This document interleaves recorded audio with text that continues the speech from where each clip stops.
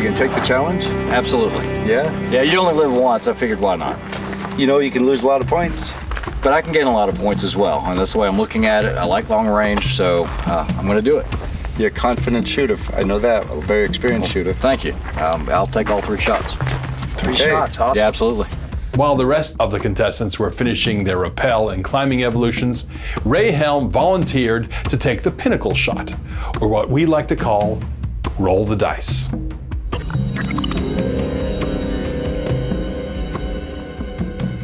Ray's a good shooter, but it's a questionable strategy. With 3 shots at 50 points each, he could gain 150 points, but he could also lose 150 points. So potential for a 150-point gain right there. Or 150 loss, but either way, you know, this is a lifetime experience, once in a lifetime experience, and you know, I'm doing well. Finally broke into the top 10. Glad to be here, so why not? This could boost me more. If it drops down, I'll just have to work that back up.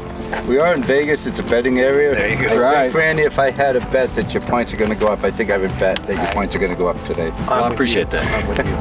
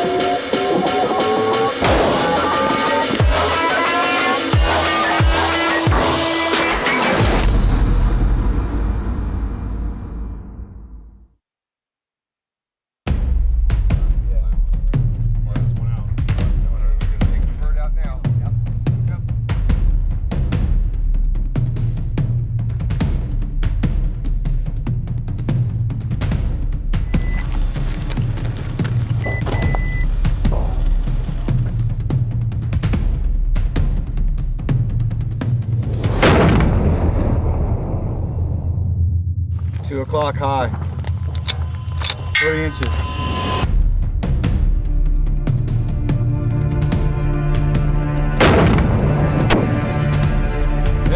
Whoa! Yeah!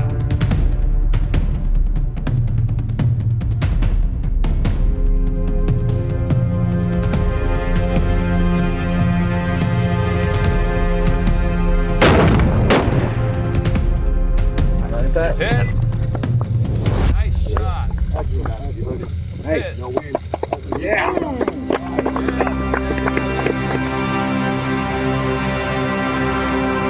You know, I've got a lot of viewers on my YouTube channel that would kill me if I wouldn't have hit that thing, because we do 700-yard shots offhand.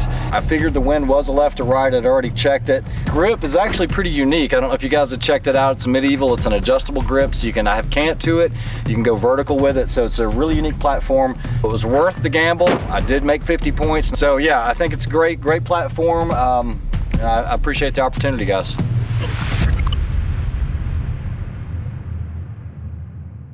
You know the whole story, how life's not fair, and people are going to get screwed out of things. This is how it is. But I do know it was a disadvantage today on the ropes course because it got shut down, and a lot of you would have kept going. And I know not everybody had the chance to keep going because where you were in line, or if you went somewhere else and did something else. But that's going to continue happening here and everywhere else you go in life. But what I'm trying to do is figure out a way to make it up a little bit for you. And I think I have a plan. And it's, of course, optional. So if anybody just got to the point of being disadvantaged because they didn't get to go up the wall as many times as they wish they could have, could you just put your hands up, a show of hands? Maybe 5, 6, 7 people? Okay, you can gain up to 50 points doing this. It's only going to take less than 15 minutes, over 10 minutes somewhere. And what this will involve is you'll do this particular exercise and you'll get graded if you make the 5-minute point. If you make that 5-minute point, who's ever still there doing the exercise, the person who remains there the longest gets 50 points. The person who remains there second longest gets 45 points. The person who remains there the third longest gets 40 points, and so on. If you last for up to 4 minutes and 59 seconds, it's just a good workout, but no points. If you last over 5 minutes, you're in the point running. Okay. And you're eligible for up to one person will get 50 points. 10 climb walls worth of points.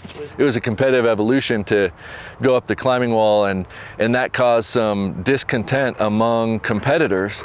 And so they complained to Don, and Don had a great solution. Was great, you know, I've got an idea that you can earn back the points that you feel like you deserved but weren't given the opportunity. Let's go put our feet up on bleachers and get in the front leaning rest position.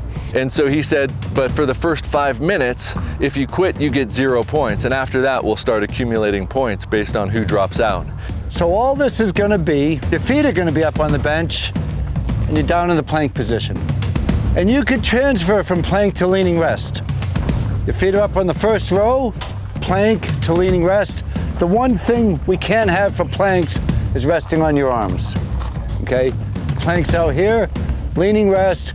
We'll time it, we'll say go, and we hope everybody who does it will stay for 5 minutes or more, because then you're in for the points running. If you go beyond the 5 minute point, boom, you're in for the score. Who wants to do it? 1, 2, 3, 4, 5, 6. Beautiful. I was very surprised that most of the vocal people didn't even put their feet up on the bleachers. Okay, go ahead, get your feet up on the bottom bench. Remember, you can do planks or leaning rest. You can't rest on your elbows. 10 seconds.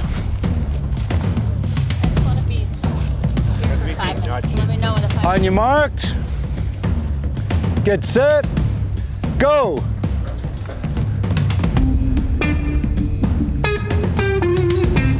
Everyone who's here at the 5 minute mark will get scored and get extra points. Planks or leaning rest. Toes on the bench. Yeah, toes on the bench, no flat feet.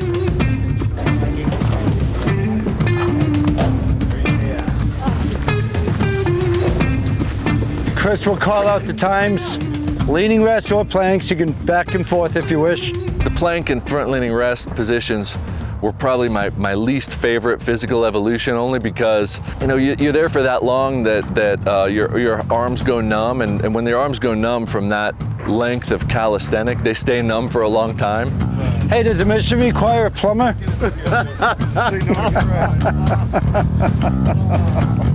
Oh, crack kills, man. Smells good though. Definitely need to get some sun on it. Make sure you don't put the camera lens in there. Make sure you don't put the camera lens. Keep your toes on the bench. Toes, not the flat of your feet. It's got to be your toes on the bench.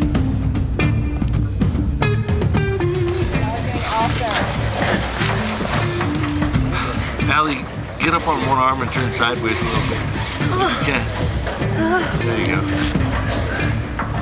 That helped a little bit. Yeah. Once you get the technique down, relax your chest. After that day, my hands were numb until the following evening. I didn't have fine motor control of my hands, you know, for over 24 hours. There were some very, very strong willpower people that toughed it out for a very long time. 20 seconds, guys. 20 seconds. 20 seconds. 20 seconds. 20 seconds.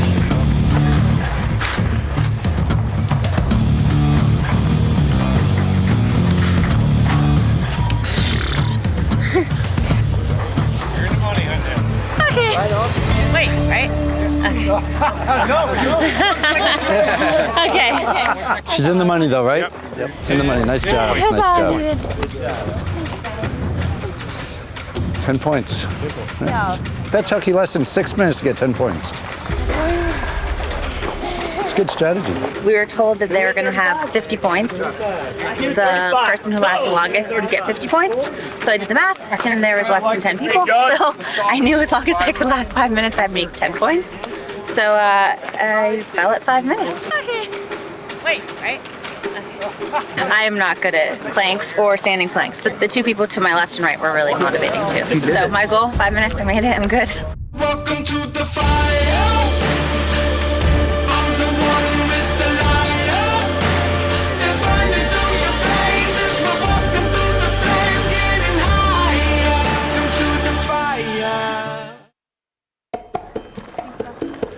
What's up, kiddos? I'm a man eater. You're eating them up. A lot of them. That's funny, I think. You think it's funny? I think it's funny. It's a little brutal. I got longer limbs, so a little bit more to leverage-wise to try and hold up in the plank. But it was good. It was a good little exercise. Opportunity to get some more points here in the competition.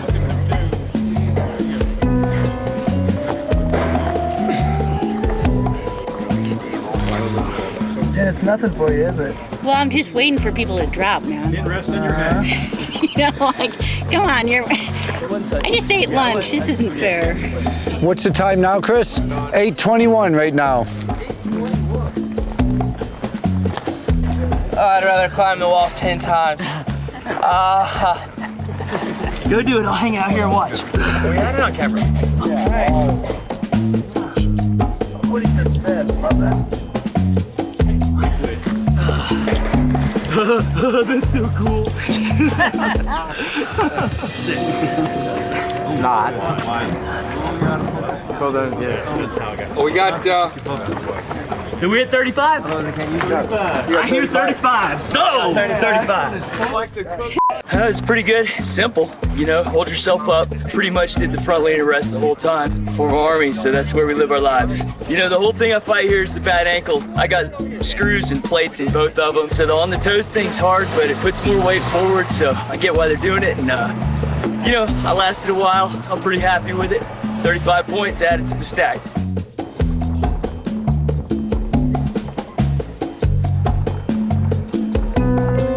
It's all up here.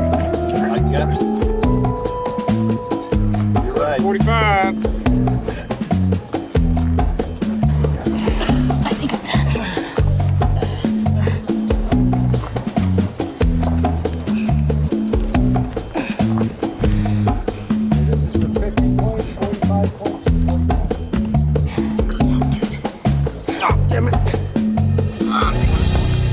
I'm dead. 45. Here you go, Chris. Great job, guys. Strong work. Well, when we got down to one arm, my whole wrist down to my fingertips fell asleep, and so I was having a hard time stabilizing. So, otherwise, I feel like I'm stronger than I was yesterday. I feel like I'm redeemed because I failed at some things yesterday, but I'm feeling pretty confident now. Well, I mean, at some point your muscles just give out, but I feel pretty good about that. I just smoked some of the top young guns, so I feel pretty good. Plus, I just got some points back because I just destroyed myself yesterday and went out of the top 10, so maybe if I'm lucky, I'll get back in there tomorrow.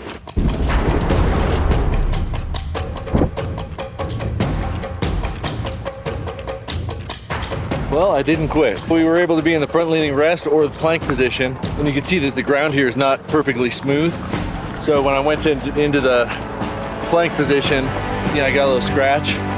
Noticed there was blood on the ground, so I was just trying to figure out where it was coming from, and then got back to business. It's really fun watching everybody try hard, and that's what it's all about.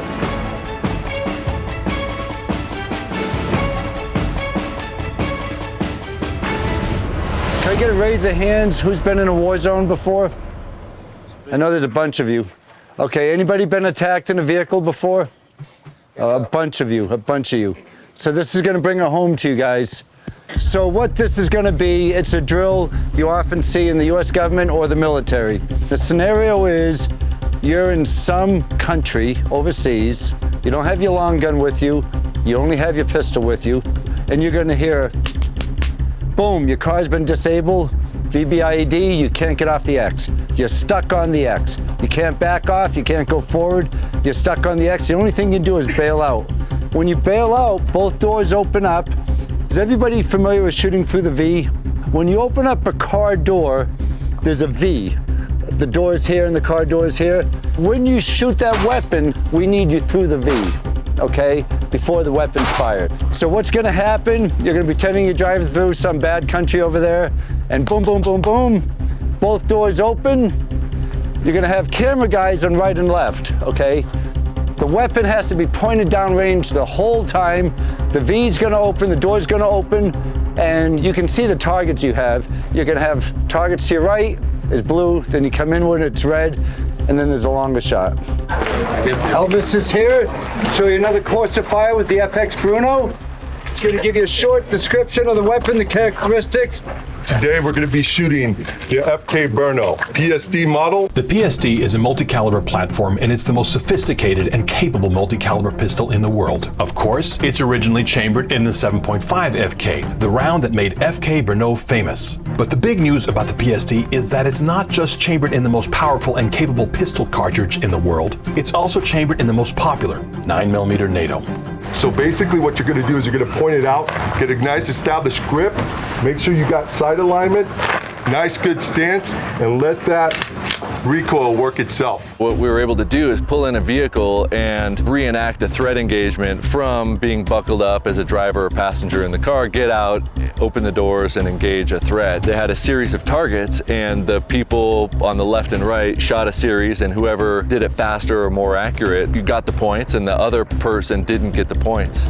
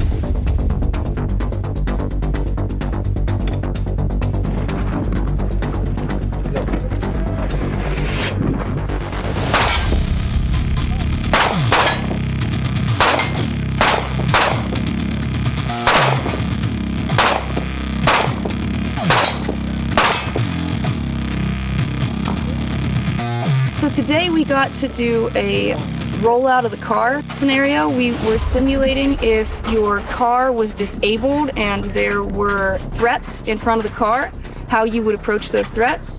So we learned to take off your seatbelt, open the door, shoot through the triangle between the door and the windshield, using the door as coverage for yourself. And that was a lot of fun. They had smoke grenades to try to distract us, and we got to do a man-on-man competition for that. I hit all my targets, and I beat my competitor, so that was pretty awesome.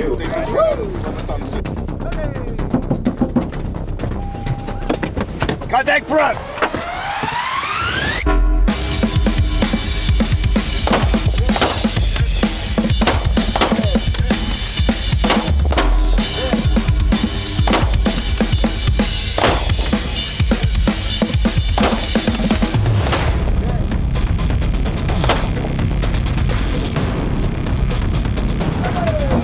Contact!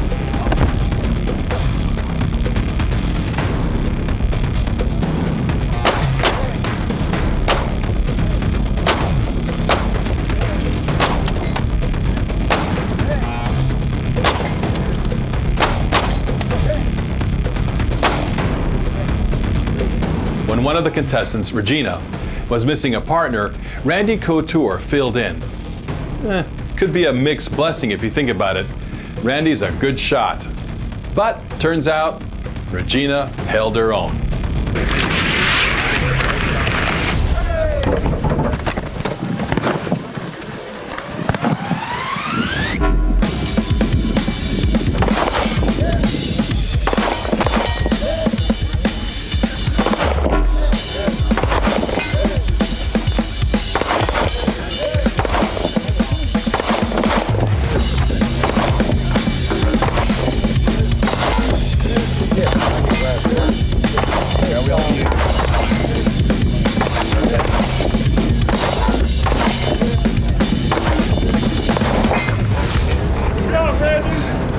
Nice shoot. That long one's a long ways. Let's go, Panda Bang. So far, the funnest part of this has been the shooting part. I mean, I've been competing and shooting for about 55 years. It started in Scouts when I was about 10 years old. I actually won the first, scouting competition I was actually in when I was about 12 or 13. Always been a great team player, and that's kind of what's fun about going on here is trying to watch the team form and the personalities evolve and just be there and support everybody and be the happy person, because that's what I do. Being on the X is deadly. The more seconds that go by, the more likely you're not going to make it off that X. The bad guys come to where the attack was quickly. So the point is getting off the X. If your car wasn't disabled, that'd be stepping on the gas. If you're being shot at, the engine block stops rounds. So what you want to do is get that engine block between you and the assaulters. If the weapon fires coming at you this way, you get behind the engine block and fire back if you can.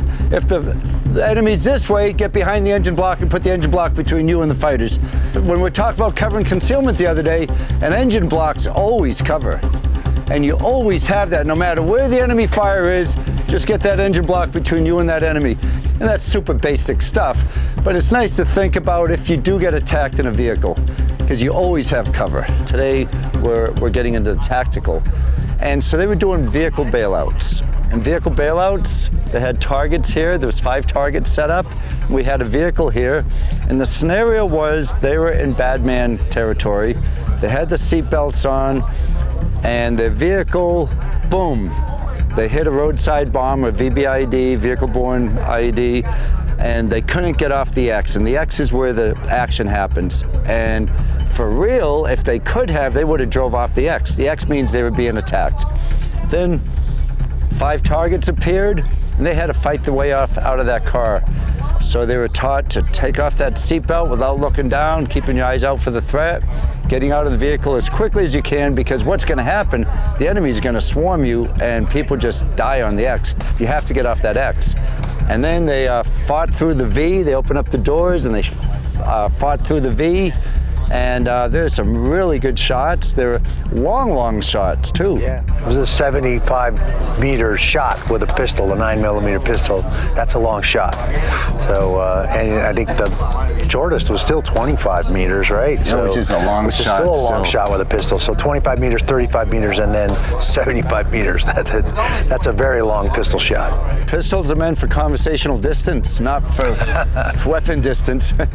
And then there is to ramp up their heart rates and all. Smoke was being thrown and grenades, and their hearts are pounding. Then they have to take those shots and control their breathing and taking those shots. Definitely a little more on the tactical side and a bigger challenge.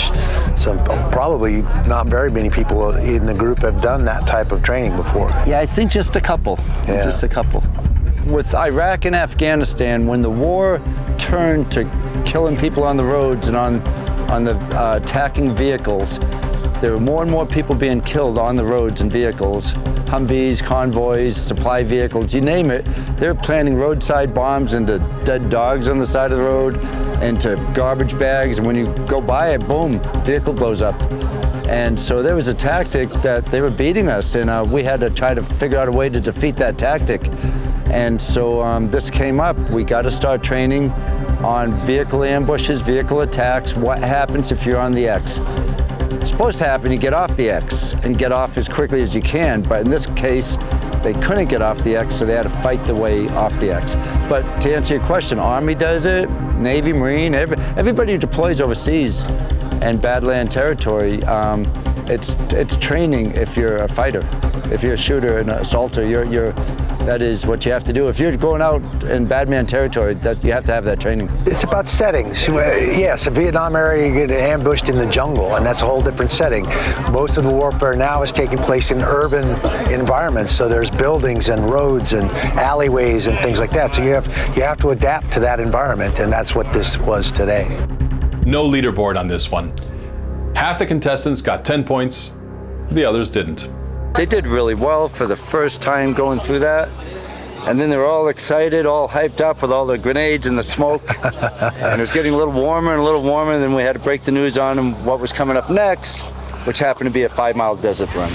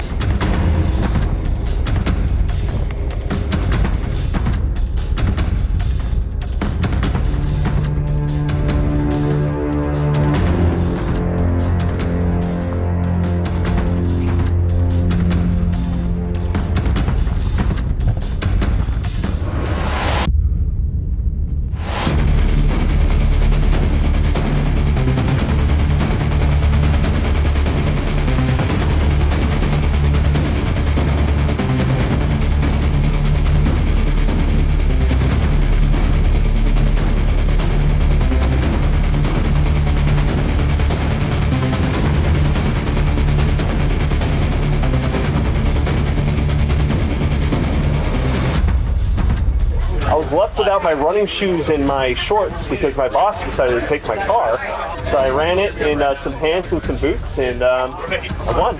Make sure. I'm the f***ing champ! That's right, baby. In f***ing boots and pants. Chumps, everyone else. I'm in incredible pain right now. Hopefully I can walk tomorrow morning. The dust hitting me in the face from the camera crew driving in front of us the entire time. It's like being attacked by the Mummy Returns. If I'm hacking up brown stuff tomorrow morning, it's probably from you guys. It was a good time though. I haven't ran through the desert ever. And I don't run. After I got hurt overseas, I haven't ran for about 2 years. My leg still hurts from being injured overseas. What happened? Hand grenade. Yeah. Friendly or? No, enemy. So we were in Afghanistan going after ISIS people, and this guy was hiding in a drainage ditch, and when we came upon him, he got up and flung a hand grenade at us. We shot him, and then we kind of realized there was still a hand grenade in front of us, and we kind of dispersed and it exploded. The only reason we all survived is because the dog that was with us, she chased the hand grenade, took most of the blast. But yeah, that kind of messed up my left leg. That's why I got out. I can't really feel like the bottom part of my leg right here. So and also I have drop foot, so I can raise this foot, but I can only raise the toes of my left foot like this. And running is not a pleasant event for me, just because my gait is off. It kind of hurts, but sometimes like to get through these things, if you really want it, is to just suffer through it. And I'm probably gonna pay for it later. But I'm looking forward to the rest of the event. Nick, man, that guy's an animal. He has no quit in him. And he separated himself from the pack, and he just flipped a switch. And I think that's freaking awesome. You know, it's nice to see people be able to dig deep and put out like that. He's definitely, you know, a very, very strong and person with lots of skill sets, and it's cool to see. There's a handful of folks here that are probably going to, you know, keep in contact with one another because we've got similar personalities and we like to do the same kind of stuff. And it's kind of like that. That's the bonding that happens. You put out and you bond over shared experience. And when you see somebody putting out stronger than you know, that's motivating. You know? And I couldn't be happier for him. He was in front the whole way. I held back a little bit at first because of the heat. The holding back for heat didn't necessarily pay off, but you know, to be honest, in this heat, I think you could overdo it, but there's a responsible way to do it, and I think everybody did it. You know, it was awesome. It sucks. My chain rubbed my neck raw. Just for emergencies. Blistered, my lips were blistered and sunburned. I ran out of water because I was too arrogant to stop. But I beat somebody that I needed to beat. So I'm gonna go home and cry. It was a good run. You know, I'm coming in this with an injury. I've got that torn labrum in my hip, but it's all about just pushing through it. I had a strategy in mind, which was nice and steady, hold it. I have little mind tricks I use for myself, and today the one was just imagining I had to go do a rescue mission for my daughter Jade, and that keeps me going no matter what, because she's the most important thing in my life. So never gonna quit, just keep going, trucking forward. That run went long. That run took long. It went long. I'm not a runner. I got my pace, and actually one of the other contestants gave me some good advice on the way out. He said, "What are you doing running up the hill, man?" He said, "Save some gas for the way back." It was primarily uphill out and primarily downhill back. So with that good advice, I did better than I expected to, and actually survived the run. Done is done. Yeah, we just ran the 5 miles, and it's not something I've ever done before, so I got a running buddy, and she kept me going. It was good. It was awesome. I think that it's always better to run with somebody because you'll push each other throughout the whole thing. And at the end, he pulled through. And I was dying. She's like, keep coming, keep coming. She was my motivation. I've never run a 5 mile before. I probably would have stopped if it wasn't for her. So. I saw you cutting out over there to get out of that. So fast. I didn't want to have the cough, the black lung. Hey guys. Hey man. Get exposure and become a foot model now. I need a job. If anybody's hiring foot models. Oh my goodness, I was not ready for the run. We had to do bear crawls this morning and crab walks, and then we climbed that rock wall. So yeah, I was not prepared for a run today. But it was a nice walk through the desert for a couple, I don't know, hour or so. We made it. Maybe not, maybe last, but we made it. If you're out in front and you look back and the second person's a ways behind, there's no need for that person to run any faster. That person's got 155 points. If you're here, second or third or fourth place, and you can't beat that person, all you have to do is hold that. Because then you got 150, 145, 140 points. If you come in last, you're not going to get any points. So it's really just trying to beat the people in front of you if you want the points. But there's a lot of points to be gained. Nick, the company commander, got the lead, was comfortable, he's relaxed. He'd look back every now and then, no need to go any faster. I've got the lead, I'm comfortable, I'm gonna get 155 points without hurting myself.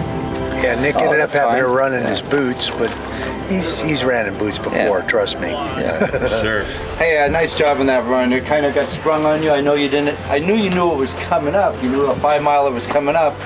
That's the last of the big runs, and congratulations to you all.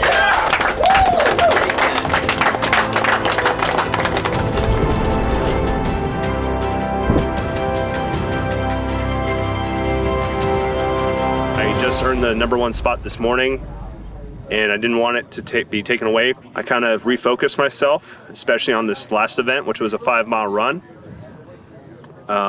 So I kind of used that fire to drive me, and ended up taking first in that.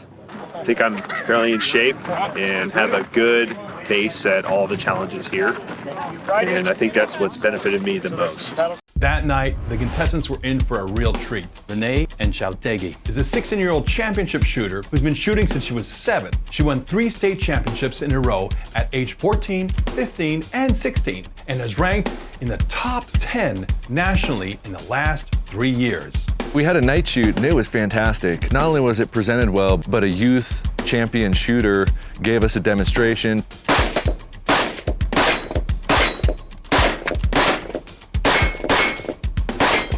Using her signature AR-15 competition carbine line, clever by Renee, it was time for everyone to see how they stacked up against her. We had a course of fire that involved different colored plates, and we had time to react to the initial engagement and then shoot a sequence of targets ending with a finishing plate. And you had to do it as fast as you could, and you were scored for time and impacts. It was very fun, and part of what made it fun is the sun was setting, and so the impacts on the steel were sparking, and it was low light, so we had illuminated optics. It was a really fun and quite challenging course of fire.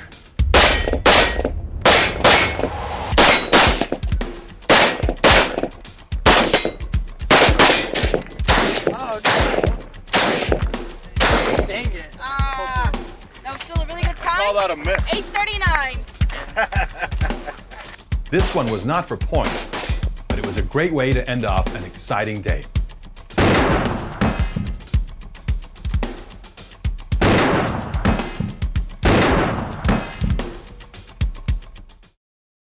On the next Surviving Man. 3, 2, 1, go! Ed's gonna be walking around, Chris is walking around. Some people's forms were a little questionable at times. 1, 2, 3, 4.